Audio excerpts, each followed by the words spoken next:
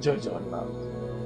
नमस्कार प्रिय दर्शक मु ज्योतिषाचार्य प्रमोद कुमार आपण स्वागत करुच्ची आपण मानकर प्रिय चैनल आस्ट्रो कल्याण चैनल। प्रिय दर्शक बंधु जो व्यक्ति मन चैनल देखुं सब्सक्राइब करना सब्सक्राइब करूँ, लाइक करूँ, अधिक अधिक शेयर करूँ। आसत जाना मासिक राशि फल 1 जुलाई 2024 ठार 31 जुलाई 2024 मसीहा सन 2024 मसीहार जुलाई मास जो व्यक्ति जन्म जातक राशि हूँ कुंभ राशि अन्यथा जो व्यक्ति जन्म जातक लग्न हूँ कुंभ लग्न। जदि आप जातक ना नाम राशि हूँ कुंभ राशि निश्चित रूप से आप देखा आवश्यक। दर्शक बंधु प्रथमतः ध्यान दिंतु कुंभ राशि ग्रहराज स्वयं शनि शनि आपणकर जन्म कुंडली द्वितीय भाव में बसी शनिकर दृष्टि आपणकर चतुर्थ भाव अष्टम भाव एवं एकादश भाव को दृष्टि देउछन्ति। मासिक राशिफल सूर्य महाग्रह को निर्धारित करी हुआ जाए एवं अन्यत्र ग्रह मानकर को निर्धारित करा जाए। कुंभ राशि वर्तमान राहु देवता अच्छा पंचम भाव में सूर्य 1 जुलाई ठारू 17 जुलाई पर्यंत रहिबो। पुनः 17 जुलाई में सूर्य मिथुन राशि कर्कट राशि को आगमन करेंगे ताले आपणकर षष्ठ भाव राशि ठारू षष्ठ भाव हो सूर्य गुरु एवं बुधंकर युति देखा दब। सप्तम भाव में केतु एवं शुक्र युति रही। दर्शक बंधु आज आम चर्चा करवा कुंभ राशि व्यक्ति मान कुंभ राशि व्यक्ति मानक ए मासरे किछि अर्थ लाभ अच्छे। प्रॉपर्टी जमीन जायदाद क्षेत्र में सावधान रहिबे। क्रय विक्रय करुछन्ति कौनसी व्यक्ति को धोखा दियंतु नाही बा कौनसी व्यक्ति को धोखा खांतु नाही।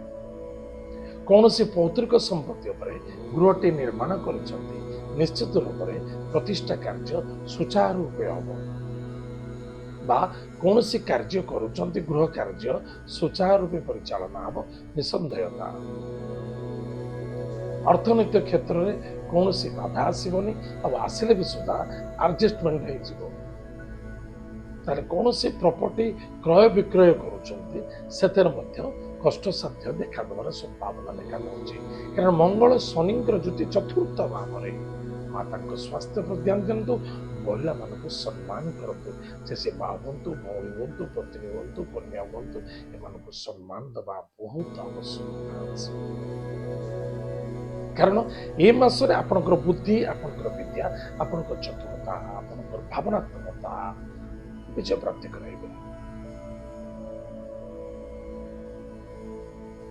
विद्यार्थी विद्या क्षेत्र निश्चित रूप से सफलता पाइबे। मनर कामना निश्चित पूर्ति देखा लव मैटर मध्य सफलता देखा देव।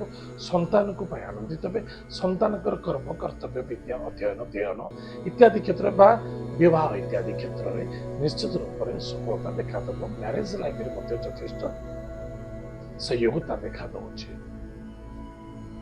भ्रमण जोग अच्छी। शत्रु मान विजय प्राप्ति हे कि शत्रु आपणकर अर्थ को कर्म को अन्यथा आपणकर कि लोभायुक्त द्रव्य वस्तु पदार्थ प्रति आसक्त मनोभावना को नहीं आपण सहित कष्ट साध्य देखा देवार संभावना देखा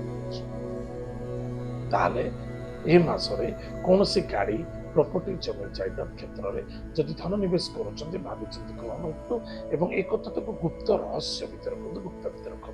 कौन से बंधु बांधव मित्रता भितर सहयोग करने जाए निजे कष्ट पीड़ा प्राप्त हो पारे सावधान रहिबे। क्या ज्ञान दबाक जाऊँ क्या सहयोग करने जाऊँ उल्टा भारी पड़ सावधान। दाम्पत्य जीवन आनंद सुख मधुर देखा दब। संतान जोग देखा दूसरी भाग्यर परिवर्तनता मन रखि दरकार। सप्तम भाव पंचम भाव में उपस्थित यानी आपणकर पत्नी आपणकर बुद्धि विद्या आपको मार्ग देखेबे से मार्ग ही आपको सफलता देखा दब। किसी असुविधा नहीं